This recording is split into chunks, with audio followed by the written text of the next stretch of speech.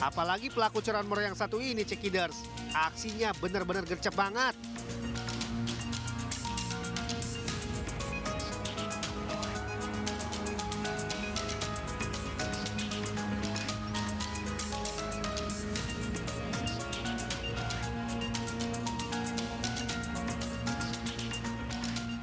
Dari gayanya nih, pelaku pemain lama tuh.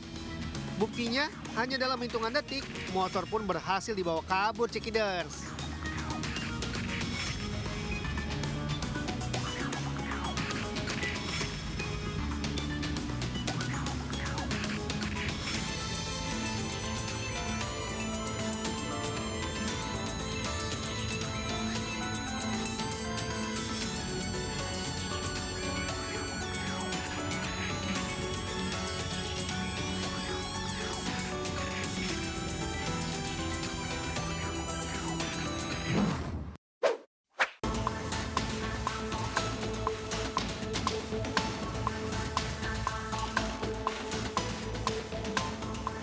Nyamar jadi pembeli buat memuluskan aksi mencuri motor nih, Cekiders.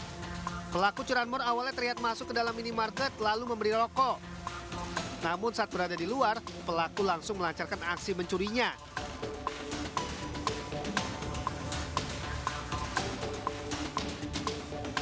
Dengan menggunakan kunci T, motor milik karyawan minimarket pun berhasil dibobol lalu dibawa kabur.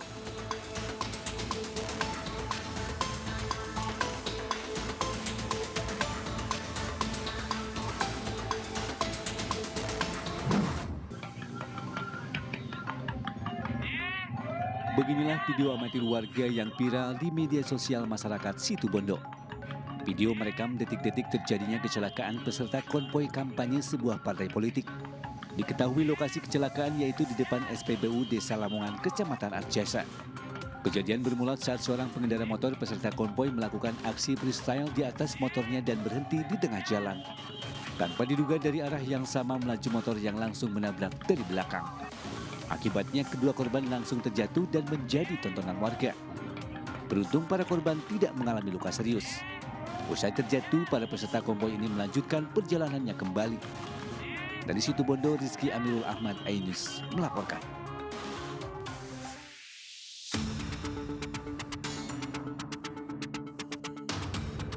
Inilah rekaman CCTV detik-detik kawanan maling spesialis pencurian kendaraan bermotor beraksi di parkiran toko sepatu di Jalan Bunga Kenanga, Medan, Sumatera Utara. Pelaku yang datang mengendarai motor ini mendadak berbelok setelah melihat motor incarannya. Setelah dirasa kondisi aman, seorang pelaku langsung beraksi merusak kunci motor incarannya dan seorang pelaku lainnya masih berada di motor sambil memantau situasi. Dalam waktu tak sampai 1 menit, motor metik incaran maling ini berhasil dibawa kabur.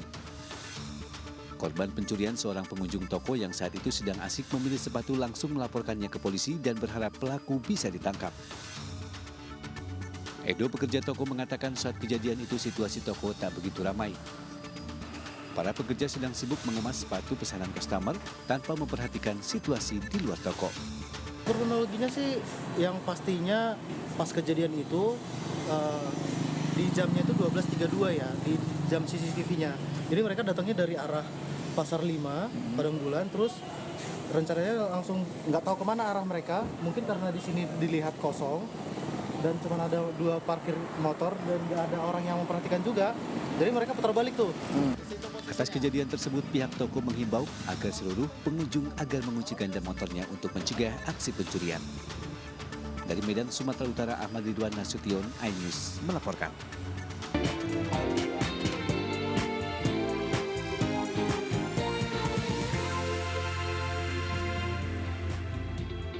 Halo, selamat pagi pemirsa. Selama 60 menit ke depan kami telah menyiapkan sejumlah informasi menarik. Bersama saya Sabrina Sila, inilah Buletin Anyus Pagi selengkapnya.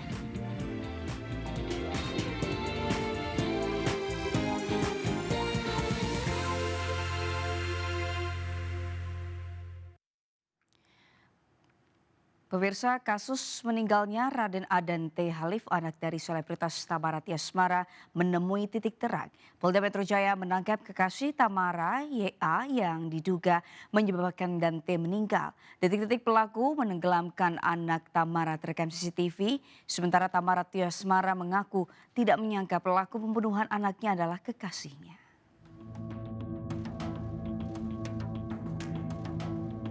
Penyidik Subdit Jatanras di Treskrim Polda Metro Jaya menangkap pelaku pembunuhan anak artis Tamara Tiasmara yang diduga ditenggelamkan oleh tersangka berinisial YA, kekasih Tamara. Pada Jumat sore kemarin, Tamara mendatangi Polda Metro Jaya dan mengaku tidak menyangka YA melakukan pembunuhan terhadap anaknya yang masih berusia 6 tahun. Tamara menyerahkan seluruh proses hukum kepada pihak kepolisian. Tamara juga berharap kepada penyidik agar motif pembunuhan anaknya segera cepat terungkap. Ya dari awal sampai ini gitu ya, gak mungkin lah aku tega gitu buat diem aja. Anak aku tuh meninggal loh, bukan koma, bukan cuma cacat, bukan cuma sakit gitu. Jadi gak mungkin seorang ibu tuh diem aja anaknya digituin. Sementara itu, detik-detik pelaku tenggelamkan anak Tamara terekam CCTV dan kini viral di media sosial. 2 orang pengguna kolam renang, 2 orang lainnya Dan T, anak Tamara dan pelaku.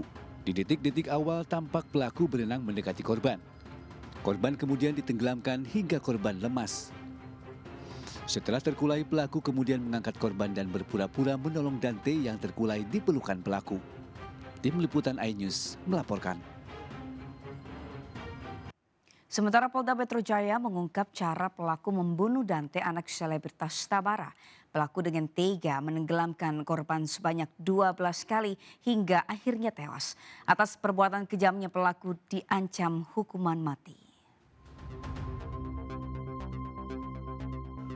Subdit Jatanras di Treskrim Polda Metro Jaya masih terus menyidik kasus kematian anak selebritas Tamara Tiasmara yang diduga ditenggelamkan oleh kekasihnya berinisial YA di kolam renang Palem Tirtamas Duren Sawit, Jakarta Timur. Pelaku berinisial YA diamankan di rumahnya di kawasan Pondok Kelapa Duren Sawit, Jakarta Timur pada Jumat pagi. Di Reskrim Polda Metro Jaya, Kombes Pol Wira Satya Triputra mengatakan rekaman CCTV yang disita berdurasi 2 jam lebih 1 menit dan berisi rangkaian kegiatan antara korban dan tersangka di lokasi kejadian. Dalam rekaman tersebut terlihat pelaku menenggelamkan korban sebanyak 12 kali dengan cara menekan kepala korban ke dalam air hingga akhirnya meninggal dunia. Dalam rekaman tersebut memuat adegan yang kurang lebih di mana korban ini dibenamkan kepalanya kurang lebih sebanyak 12 kali. Sementara itu, Kabid Humas Polda Metro Jaya Kombes Pol Ade Arisam Indradi mengatakan penangkapan yang dilakukan oleh penyidik terhadap YA ini merupakan tindak lanjut dari gelar perkara penetapan tersangka pada Kamis malam oleh penyidik Subdit Jatanras di Treskrim Polda Metro Jaya. Saudara YA itu akan dilakukan pemeriksaan sebagai tersangka. Di situ juga akan dilakukan pendalaman terhadap motif. Ya, jadi polisi masih mendalami dan mengumpulkan terus fakta-fakta, barang bukti dalam rangka pemenuhan alat bukti. Saat ini penyidik masih memeriksa pelaku secara intensif dan dijerat pasal berlapis dengan ancaman hukuman seumur hidup atau mati. Dari Jakarta Selatan, dan Helmi Sajangbati, iNews melaporkan. Polda Metro Jaya memeriksa kesehatan tersangka pembunuhan Dante, anak artis Tamara Tiasmara di Bitdokes Polda Metro Jaya pada Jumat siang. Dari hasil pemeriksaan kesehatan dan cek urin yang dilakukan, tersangka dinyatakan sehat dan negatif narkoba serta siap untuk dilakukan pemeriksaan. Setelah menangkap tersangka pembunuhan anak artis Tamara Tiasmara di rumahnya di kawasan Pondok Kelapa Duren Sawit, Jakarta Timur, penyidik Polda Metro Jaya langsung melakukan pemeriksaan kesehatan terhadap tersangka Jumat siang. Tersangka YA digelandang oleh penyidik ke gedung Bitdokes Polda Metro Jaya untuk melakukan cek kesehatan dan cek urin. Kabid Humas Polda Metro Jaya Kombes Pol Ade Arisam Indradi mengatakan setelah dilakukan pengecekan kesehatan dan tes urin, nantinya tersangka akan dilakukan pemeriksaan sebagai tersangka oleh penyidik. Dari hasil pemeriksaan kesehatan, petugas menyatakan pelaku sehat dan negatif narkoba serta dinyatakan siap untuk menjalani pemeriksaan. Motif sedang didalami karena pemeriksaan setelah proses pemeriksaan kesehatan terhadap saudara YA, itu akan dilakukan pemeriksaan sebagai tersangka. Di situ juga akan dilakukan pendalaman terhadap motif. Ya, jadi polisi masih mendalami dan mengumpulkan terus fakta-fakta, barang bukti dalam rangka pemenuhan alat bukti. Dari Jakarta Selatan dan Helmi Sajangbati, iNews melaporkan. Pemirsa, sejak awal ayah kandung Dante, Engger Dimas, meyakini buah hatinya meninggal bukan karena tenggelam. Mantan suami Tamara Tiasmara ini yakin Dante ditenggelamkan karena itu ia mencabut surat penolakan otopsi di Polda Metro Jaya dengan alasan ada kejanggalan dari kematian anaknya. Engger Dimas mengaku saat ini masih sangat emosi karena mendapati kematian anaknya karena ditenggelamkan YA, kekasih mantan istrinya. Berikut pernyataan ayah korban Engger Dimas. Itu bukan kelakuan manusia sih yang pasti. Sangat-sangat kelakuan mungkin manusia purba gitu ya.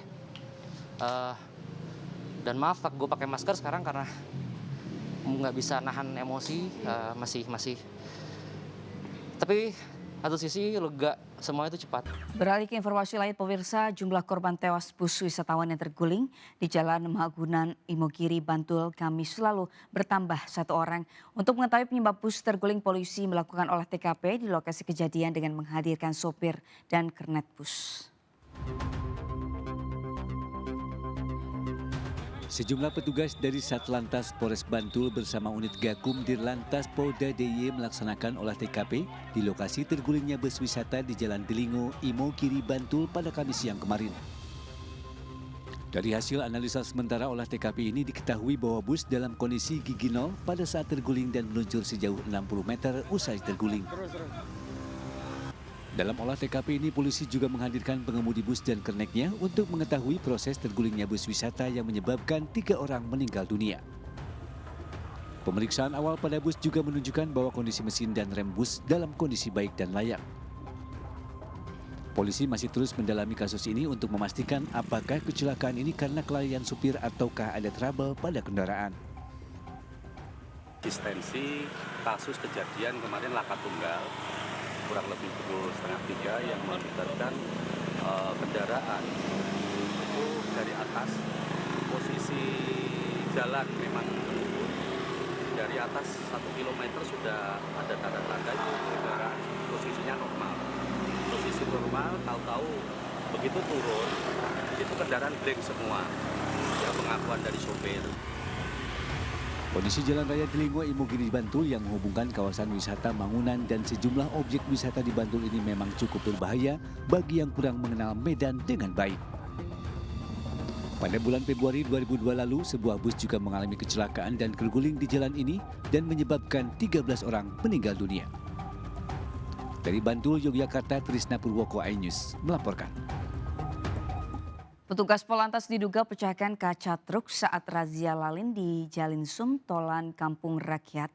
Meski telah berdamai, petugas terkait masih akan menjalani pemeriksaan oleh Propam Polres Labuhan Batu Selatan.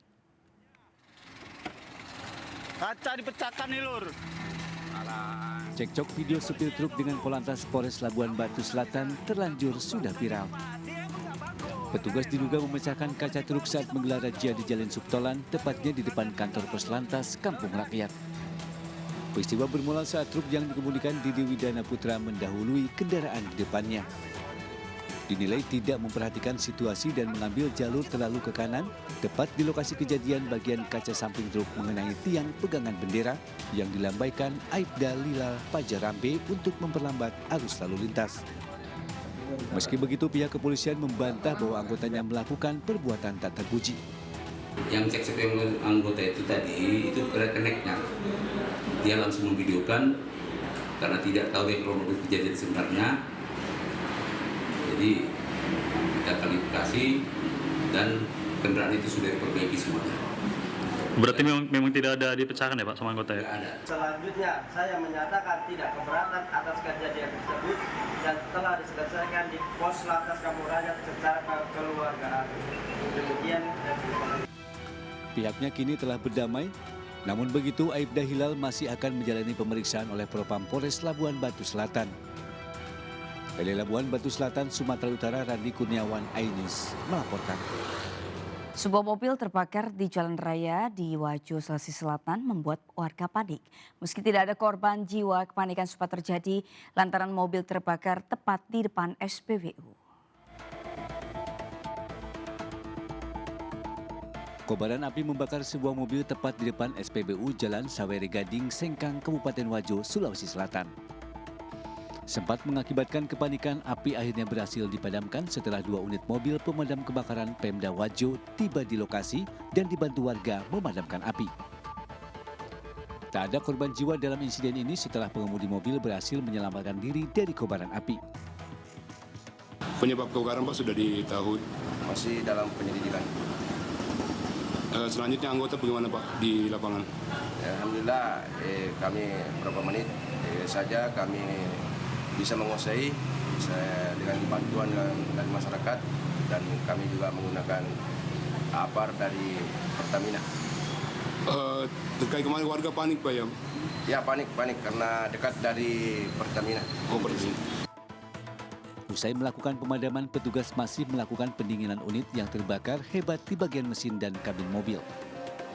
Dari Wajo, Sulawesi Selatan, Amlar Sengkang, iNews melaporkan. Seorang bayi perempuan yang lahir prematur diduga dibuang dengan sengaja oleh orang tuanya di depan salah satu panti asuhan di Kota Bengkulu.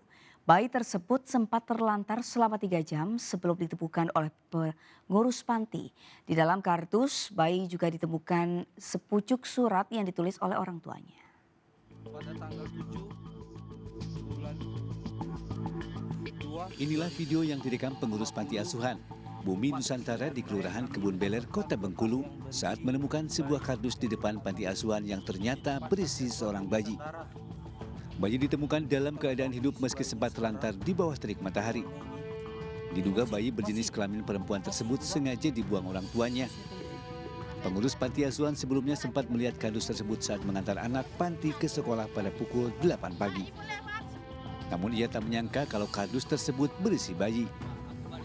Dalam kardus tersebut, pengurus panti juga menemukan sepucuk surat berisikan pesan orang tua dan nama si bayi.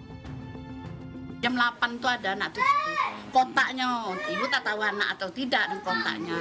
Tapi ibu panggil guru, karena anak mau sekolah dipanggil ke Idata.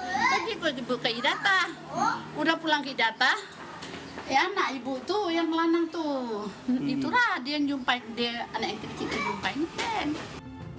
Pasca penemuan bayi tersebut, pemilik panti asuhan langsung melaporkan kejadian ini ke pihak RT dan kepolisian. Bersama pihak kepolisian, akhirnya bayi tersebut dibawa ke Rumah Sakit Umum Daerah Kota Bengkulu. Membawa bayi tersebut ke Rumah Sakit Kota dan di sini sedang dilakukan perawatan di Rumah Sakit Kota. Hingga kini bayi tersebut masih menjalani perawatan di rumah sakit karena kondisinya yang lahir secara prematur. Belum diketahui apakah bayi tersebut akan diserahkan kembali ke panti asuhan atau akan dirawat oleh pihak lainnya. Dari Kota Bengkulu, Endro Driawan, iNews melaporkan. Banjir yang melanda Kabupaten Kudus, Jawa Tengah terus meluas. Sejumlah yang terjebak di dalam rumah dievakuasi petugas BPBD Kabupaten Kudus. Di Demak, Jawa Tengah, sejumlah warga yang mengungsi di lantai 2 atau di atap rumah meminta dievakuasi karena ketinggian air terus meningkat hingga mencapai 3 meter.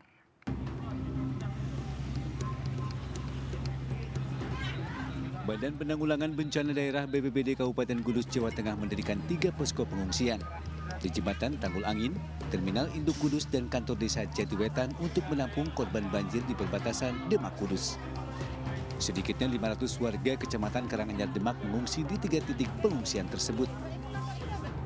Banjir di Kabupaten Demak terus meluas dan hingga kini proses evakuasi warga yang terjebak banjir terus dilakukan.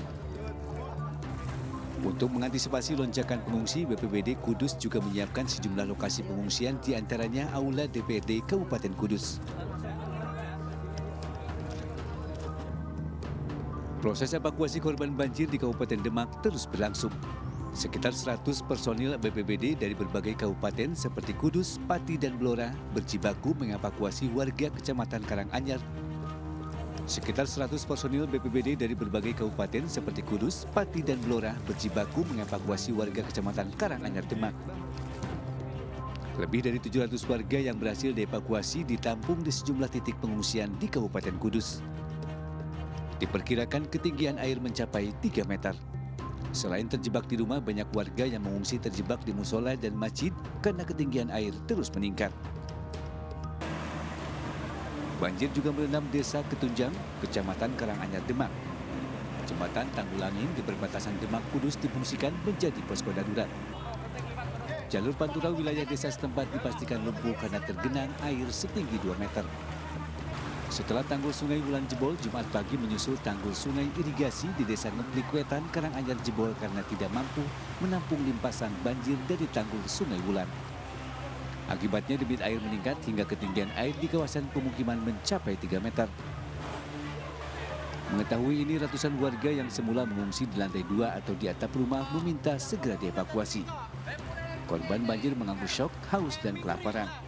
Dari Demak dan Kudus, Jawa Tengah, Sukma Wijaya, Nur Khairuddin, iNews melaporkan.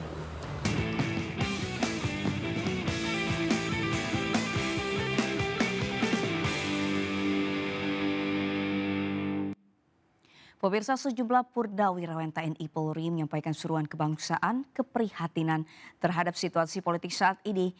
Mereka menyuruhkan Presiden Joko Widodo dan jajarannya agar bersikap netral, profesional, serta proporsional jelang pemilu 2024. Puluhan purnawirawan TNI Polri menggelar acara diskusi mimbar keprihatinan bangsa dan seruan kebangsaan jelang pemilu 14 Februari mendatang. Seruan itu diantaranya meminta Presiden Jokowi agar bertindak netral dan harus bersikap negarawan yang menjunjung tinggi etika dan konstitusi. Selain itu, mereka juga menghimbau agar para pimpinan TNI Polri serta jajarannya agar bersikap netral, profesional, dan proporsional dalam mengawal pemilu agar berjalan lancar, aman, dan demokratis. Pun kita lihat Presiden sudah menyampaikan bahwa akan netral, TNI Polri akan netral, ASN netral, KPU, Bawaslu dan lain.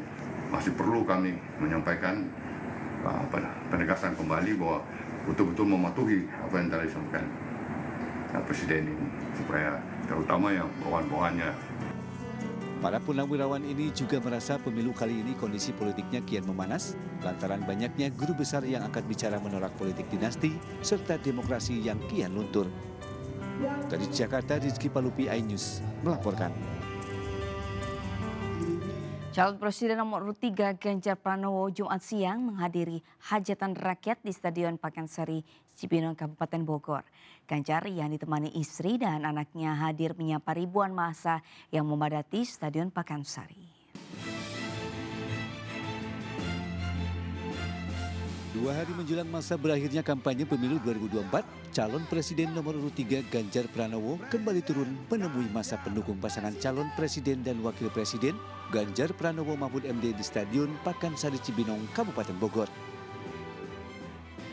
Kehadiran Ganjar yang ditemani istri dan anaknya di kampanye dengan tajuk Hajatan Rakyat disambut antusias ribuan pendukung serta para ketua umum partai pendukung, yaitu Partai Perindo dan Hanura yang hadir langsung.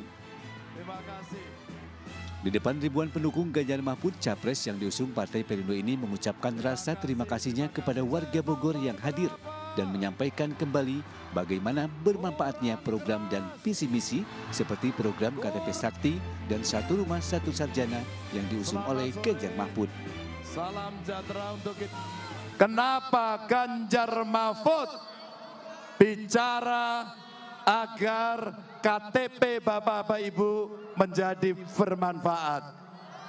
Maka seluruh kartu yang banyak kita satukan di KTP Sakti. Agar mereka yang harus dapat bantuan BLT, PKH, pupuk, semuanya hanya tepat sasaran. Setuju nggak? Kampanye dengan tajuk Hajatan Rakyat ini juga diisi hiburan mulai tarian tradisional hingga penampilan band Jamrut dan Slang. Dari Kabupaten Bogor, Stephen Patinama, Bagus Prasetya, iNews melaporkan. Para caleg Partai Perindo terus menyapa masyarakat dengan bazar murah, minyak goreng, dan pemeriksaan kesehatan gratis. Warga diajak untuk menggunakan hak pilihnya pada pemilu 2024. Caleg DPR RI Dapil DKI Jakarta 1, Ustadz Yusuf Mansur alias Jaman Nur Khotib Mansur, bersama caleg DPRD DKI Jakarta Dapil 6, Wahyu Nur Iman, menggelar bazar minyak goreng murah di Kelurahan Gedong, Pasar Rebo, Jakarta Timur. Ratusan peserta yang didominasi emak-emak sangat antusias dengan adanya bakti sosial ini. Insya Allah dukungannya luar biasa, mereka mendoakan saya Haji Wahyu menang, mudah-mudahan bisa mewakili Perindo. Insya Allah ya, Kampung Gedong ya, Kampung Gedong. Khususnya RW 8. RW 8. Sementara itu di Pancoran, Jakarta Selatan, caleg DPR RI Dapil DKI Jakarta 2, Amiruddin Siregar dan caleg DPRD DKI Jakarta Dapil 8 Jakarta Selatan, Yudhistira Iksan Pramana, menggelar pemeriksaan kesehatan gratis dan tebus minyak goreng murah bagi warga Pancoran Buntu 2. Kesehatan gratis memudahkan warga, karena kalau misalnya kan males gitu, kalau di area kayak gini itu warga bagus, memudahkan. Dan alhamdulillah respon dari Pak Ustadznya, kemudian dari Pak RT, Pak RW serta warga ya cukup antusias ya, bahkan mereka minta Pak kalau boleh dilakukan berulang-ulang. Sementara di Teluk Naga, Kabupaten Tangerang, ratusan warga rela mengantri bazar murah minyak goreng yang digelar caleg DPR RI Dapil Banten 3, Diah Anita Prihabsari. Kita harus mendekatkan diri kepada masyarakat bahwa Perindo memang melayani untuk masyarakat. Perindo adalah milik kita. Perindo fokus kepada kewirausahaan. Karena saya sendiri adalah fokusnya kewirausahaan. Caleg Partai Perindo juga mensosialisasikan tata cara pencoblosan surat suara serta memilih sesuai dengan hati nurani. Tim Liputan iNews melaporkan. Keberpihakan Partai Perindo kepada masyarakat kecil terus ditunjukkan melalui program pemeriksaan kesehatan gratis dan bazar sembako murah. Warga juga disapa langsung Ketua Umum DPP Partai Perindo, Haritanu Sudibyo, dan Ketua Umum DPP Kartini Perindo, Liliana Tanu Sudibyo, yang hadir dalam kegiatan tersebut. Kehadiran Ketua Umum Partai Perindo Haritanu Sudibyo dan Ketua Umum DPP Kartini Perindo Liliana Tanu Sudibyo mendapat sambutan meriah dan hangat dari warga di Gang Trijaya, Tebet Barat, Jakarta Selatan. Kehadiran HT dan Liliana untuk melihat langsung layanan pemeriksaan kesehatan gratis dan bazar murah yang digelar Partai Perindo. Saya ingin menegaskan bahwa kegiatan ini bukan karena mau ada pemilu. Jauh-jauh hari memang Partai Perindo sudah fokusnya membantu masyarakat. Dengan gerobaknya contohnya, bagaimana ikut meningkatkan penghasilan UKM. Dan gerobak itu sudah berjalan kurang lebih sekitar 8 tahun. Ya, jadi memang keberadaan Partai Perindo adalah melakukan hal yang sifatnya pro rakyat. Kita di sini memotivasi mereka bahwa ada suara perempuan yang bisa disampaikan ke DPR nanti. Jadi mereka sangat senang sekali karena mereka merasa bahwa sebagai perempuan mereka juga ingin suaranya didengar gitu. Jadi itu yang membuat mereka semangat kepada kami semua. Kehadiran Haritanu Sudibyo dan istri yang dikenal memiliki kepedulian tinggi terhadap masyarakat menjadi magnet serta pengharapan bagi warga yang hadir di lokasi. Saya, perempuan bersama Bu Lili, nanti kami akan memperdulikan perempuan sejahtera. Kenapa? Agar masyarakat juga mempunyai program-program untuk perempuan, di mana perempuan itu jauh lebih banyak, namun kita masih kurang wakil kami di legislatif. Semoga ke depannya caleg berikut bisa setelah terpilih bisa memperhatikan masyarakat khususnya di RW 07 ini. Haritanu Sudibyo dan Liliana Tanu Sudibyo juga mengedukasi warga tentang tata cara pencoblosan pada pemilu 2024 mendatang. Dari Jakarta, Else Keshi Pandu Priyo Aji iNews melaporkan. Kampanye Cawapres nomor 2 Gibran Raka Buming Raka diwarnai kericuhan. Kericuhan diakibatkan dari ribuan simpatisan Prabowo Gibran mencoba menjebol pagar Stadion Sijalak Harupat, Bandung, Jawa Barat. Dalam orasinya, Gibran mengatakan jika terpilih, ia akan memperpanjang jalur kereta cepat hingga ke Surabaya. Isak tangis balita yang digendong para ibunya pecah karena mereka dihadang petugas keamanan untuk bisa masuk ke dalam Stadion Sijalak Harupat saat kampanye Gibran akan berlangsung. Kesal karena tidak bisa masuk kompleks Stadion Jalak Harupat, ribuan warga terlibat saling dorong dengan petugas. Warga juga berupaya merobohkan gerbang stadion dengan cara didorong. Aksi warga untuk menjebol tidak berhasil karena pintu gerbang terlalu kokoh.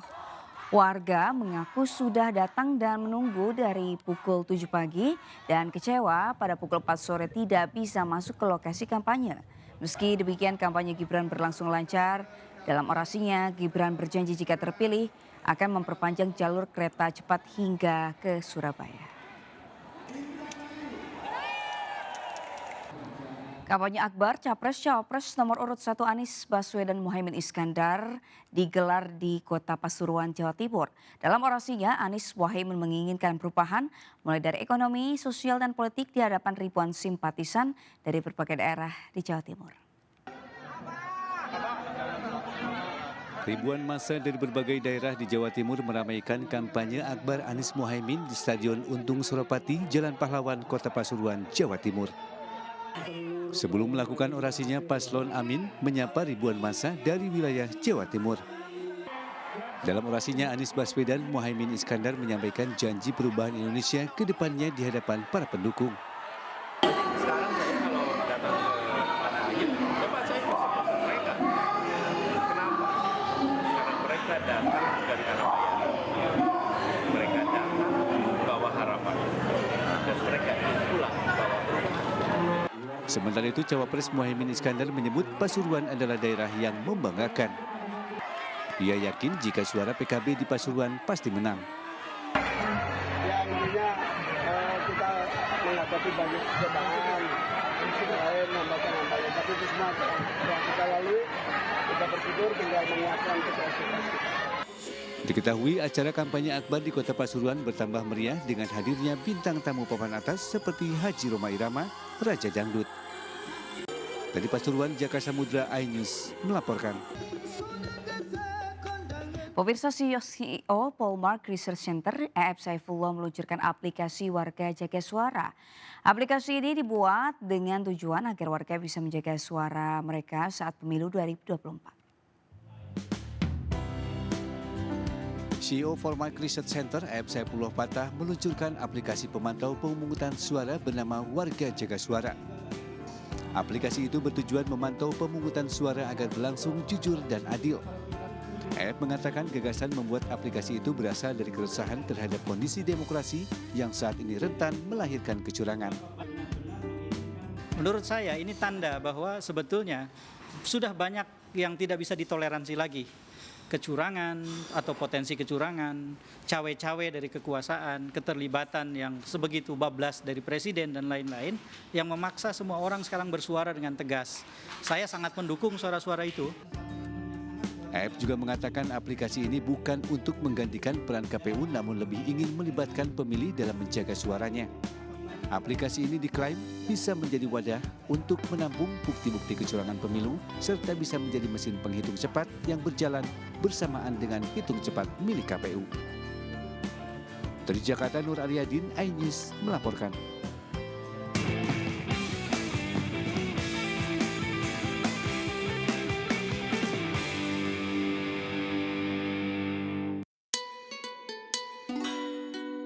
Dengan menikmati makanan khas Imlek.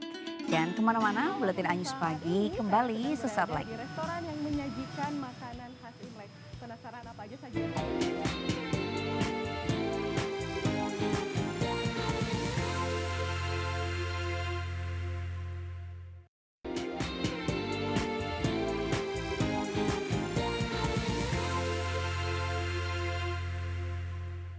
Pemirsa, memperingati Hari Raya Tahun Baru Cina, warga mempersiapkan segalanya. Salah satunya hidangan makanan. Tidak sedikit warga Tionghoa untuk merayakan Imlek memasak atau bahkan membeli di restoran yang menyajikan makanan khas Imlek. Seperti apa? Berikut liputannya.